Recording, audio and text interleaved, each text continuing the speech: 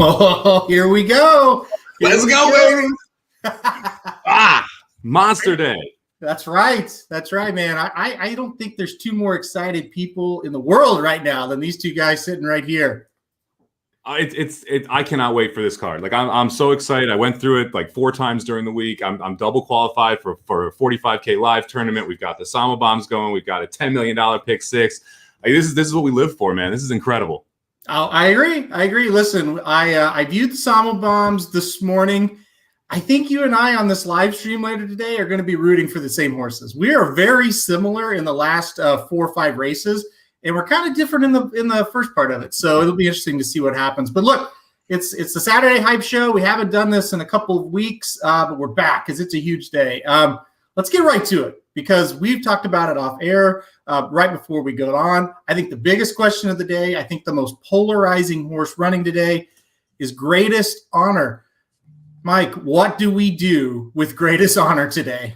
This is one of those you just kind of have to make a decision and figure out how you take a stand, or play the horse. I mean, it really depends how you feel about it. And I know, like Vinny was talking about how in Thoroughgraphs this horse stands above the rest of the field.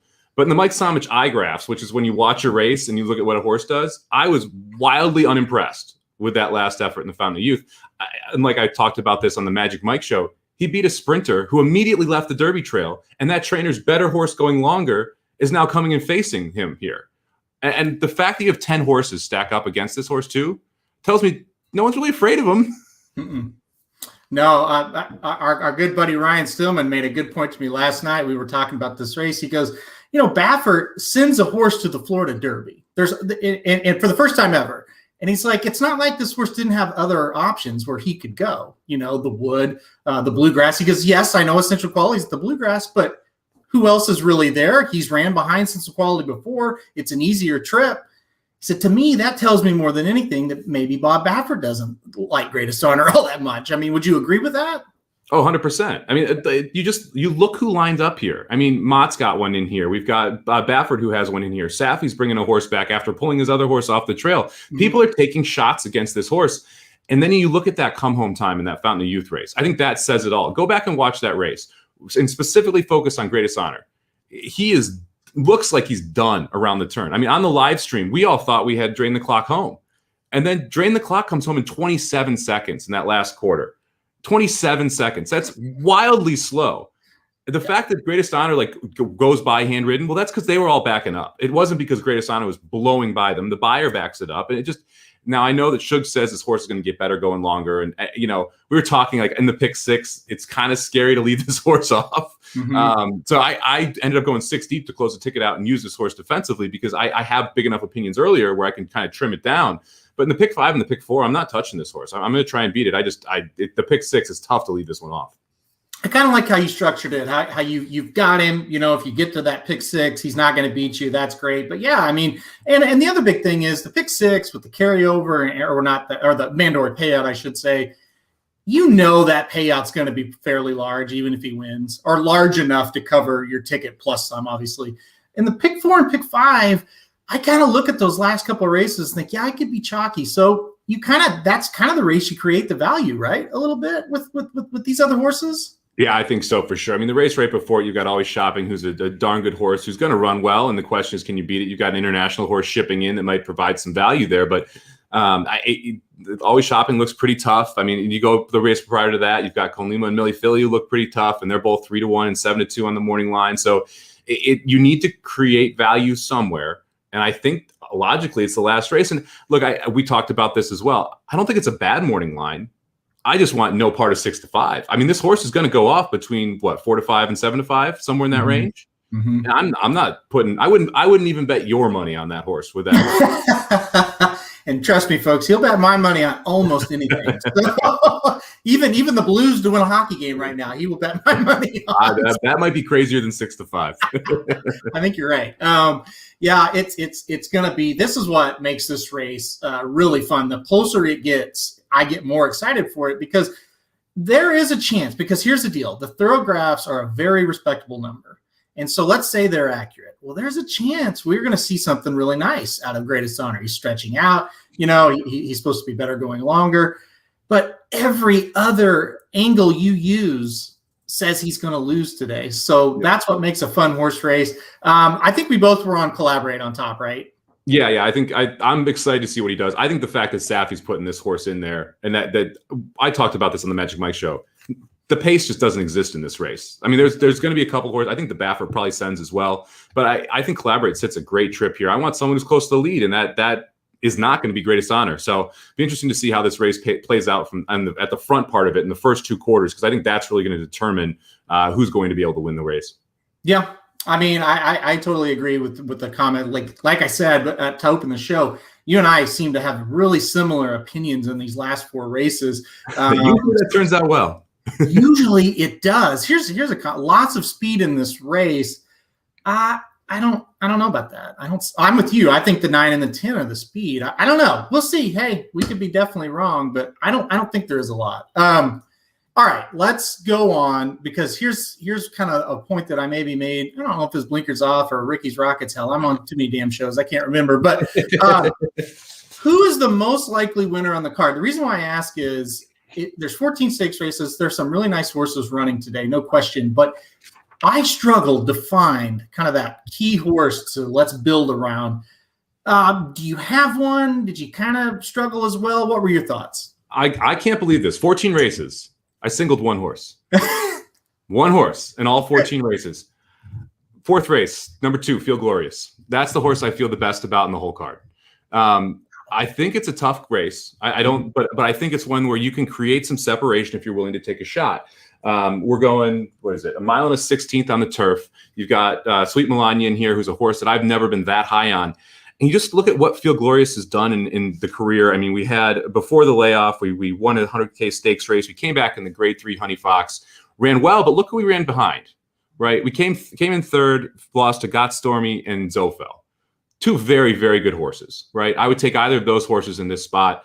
To me, I think Feel Glorious at 2 to 1 is a horse that can help separate you. And I thought the early pick 5 was more challenging than the late pick 5, to be honest with you, because that you have that first race, which is an absolute mess. Then you have this Gulfstream Park just sprinkling a little Gulfstream love on us in the second race and throwing a $6,250 claimer in the early pick 5. At least they didn't put it in the pick 6 for fun. So I'm 5 deep in both of those. And I was happy that in this 4th leg, I could at least find a single. And I went with Feel Glorious. What about you? So this is what I was talking about. We have very different opinions on the early part of the card. I did not put Feel Glorious in the pick 5 or the pick 4 to start this. Well, we're not both winning then.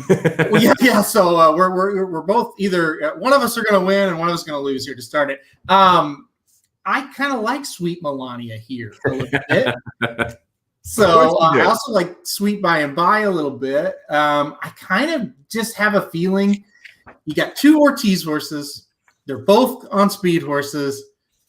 I kind of feel like one's going to get an easy lead. And then my worry for Feel Glorious, and I like Feel Glorious as a horse. I'm not knocking that horse one bit, so don't take this the wrong way. But I feel like if there's not a ton of pace, might struggle a little bit. I'm a little worried about that. Yeah, I mean, I agree with you, but that last race was so huge. I mean, they ran a 48 half mile, came home in 1:35, and Feel Glorious was closing on Got Stormy and Zofel. Like, that to me is wildly impressive. And then you also have, so they came home in 47 seconds with no pace, and we still were running into it. I also think Nico's Dream, like, because I followed the New York circuit, sneaky speed on that horse. I wouldn't be shocked if Lannery sends that horse to try and get early position, and Escon isn't slow either. So I saw this as possibly having 4 horses that want the lead. I agree with you. It's always concerning when you have the Ortiz brothers who are out there. Honestly, like McCarthy and Davis need to take notes from the Ortiz brothers because they're always 1 and 1A up in New York now, and like one cut the other off. I'm like, what are you doing? Come on, you guys got to learn. You got to feed the household. Anyway, yeah, I think there might be a little bit more speed than just those two horses. I'm hoping that something forms in pace-wise, but to me, really, it's that last race. Like I like the back numbers. I think if this horse improves off that 94 buyer, you see something that 98 range, it towers over this field. So I'm hoping that we continue to improve and that last race is a good stepping stone or stepping off point for this horse here. And I mean, yeah, you definitely could be right about it. That's a very nice horse. So just real quick, I will give you mine. It's actually one race earlier. I really like the number 4 World Tour in the third race today. What did you think of World Tour? I have World Tour on top. Yeah, I like a couple prices in there, so I did go 3 deep, but I do have World Tour on top. Yeah. I just think this horse looks kind of like a monster. She looks monster may be a too strong of a term, but looks good compared to the rest of this field. So I'm with you. I think the 5 La Liberty is also a horse that maybe a little bit of a lone speed. I kind of like that one, but stretching out as well. So we don't know if she'll stay that trip. But yeah, World Tour. Sounds like we both like that one. So even though you're not as strong as me on it, at least we agree. So that's good. Good sign. It scares me to be when you have a horse that beat maidens and is coming back and facing winners for the first time, especially in a stakes race. That always scares me. It's one of the reasons why I didn't single up World Tour there. So I wanted to sprinkle a couple of prices in there, but I agree that that's your most likely winner in race 3. Yeah, I get it. The horse kind of reminds me of Annex, who's later on in the card, who I played, but also kind of tried to beat as well. He broke maiden on debut and then won a stakes next time out, but it was close. It was not like a slam dunk type of situation. So, all right, let's switch gears real quick. Dubai, they're running over there right now in Dubai. Mystic Guide or Bust in Dubai. The Dubai World Cup is what we're talking about. The American horse Mystic Guide is going to be the favorite. What do you think of the Dubai World Cup? I think it's a great betting race because you have 14 horses. You got a 5-2 morning line favorite. I think Mystic Guide is probably your most likely winner. I wouldn't bet Mystic Guide to win though, if that makes sense. I think that you have too many prices in here that are interesting. I mean, I don't hate Title Ready at 30-1. I don't hate Jesus's team at 6-1. Like I think there's prices in here that you can kind of try and get a piece of and just throw a $10, $20 win bet down and see if you can get a nice return on a 20-1 shot. Yeah, I think you're right. Listen, if you're going to say, hey, who's the most likely winner of this race? Well, I think it's Mystic Guide, but I don't think the price is going to be worth playing. And I'm with you. I think you kind of just try to go somewhere. I'm really interested in the 3-horse Chua Wizard a little bit. 15-1. Magic liked the horse last time out in the Saudi Cup and didn't run too well, but I don't know. I think this horse back in Dubai, that Saudi race, it's weird, right? Yep. It's really weird. But Dennis says Mystic Guide seems tough here. He does seem tough there. And I can't speak for you, but he's definitely one you root for, right? You're trying to get an American horse home, so. Yeah, I think he's a logical winner, right? Again, and it just goes back to how much you want to price on. I didn't play a pick 4, and if I did, I would have used Mystic Guide. I agree with you. I think the 3 Chua Wizard's interesting. I don't think people respect the Japan circuit enough. It's really improved the last 2 years. They've got a couple sires over there that have kind of stepped up, and the purses have gone up, so you've seen better and better horses end up over there. So I think we're going to start seeing some of these Japan horses ship out and win big-time races. So this could be one of those first stepping stones that you see. And I think if you're ahead of the curve there, you're going to be able to get some prices. Yep, I agree. I definitely agree. And at worst, if you like Mystic Guy, maybe play him with some other ones, Exactas, Tries, things like that. Because I'm with you. And listen, you've been watching all day. Long shots coming in, or at least middle prices when the long shots don't come in. Good example, Zinden at 53-1. Yes, just wanted to buy Golden Shaheen. Zinden. That Zinden. Oh, Yalpan went down? Listen, one, and I was just watching out of the corner of my eye because we were on the show. I'm so dedicated to our loyal watchers, followers, whatever, listeners. I think it was like 4 or 5 links or 3 or 4 links. I mean, wow. Do you know who finished second? Red Liddell, the Japan horse. Well, there you go. At 10-1. More riding, just like we got in the last race on the 3. There you go. So that Chua Wizard. Moore's on the tap 14. Yeah. No, No, yeah. home. Yeah, I flipped him around. Moore's on the keen horse in the last. I actually think I'm call me crazy. I think Title Ready has a shot. I think him and Sleepy Eyes Todd both could hit the underneath in the try. I agree with you. If you like Mystic Guide, I think it's a great race to play Mystic Guide over 3 or 4 horses. You can play Mystic Guide over 3 horses for $5. It costs you $30. You could get a huge return if you're able to nail the proper horses underneath.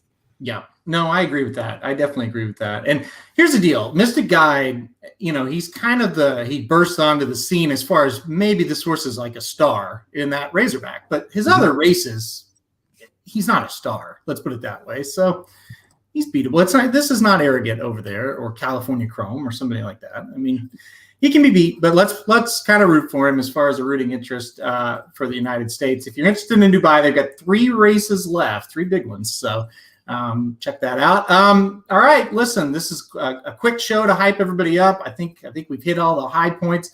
Any final thoughts from you? Get involved in the pick 6. It's going to be a $10 million pool. A lot of people don't want to throw, $150, $200, $300 into it. And I totally understand that. It's worth playing a $24 ticket.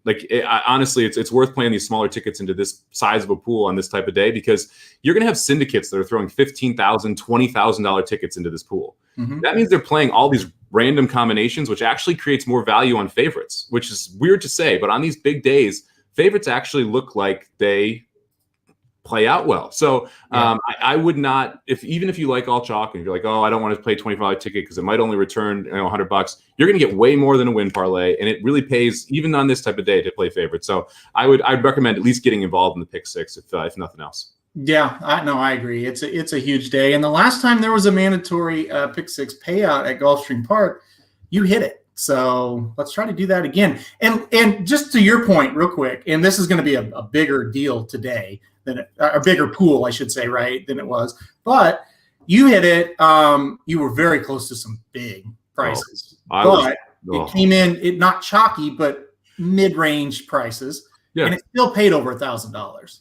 Yeah, I mean, we were 5 by 5 to close that sucker out. And we had prices all over the place, and it went favorite, which is a little frustrating. But after 4 races, there was less than 0.1% of the total tickets bet alive. Mm-hmm.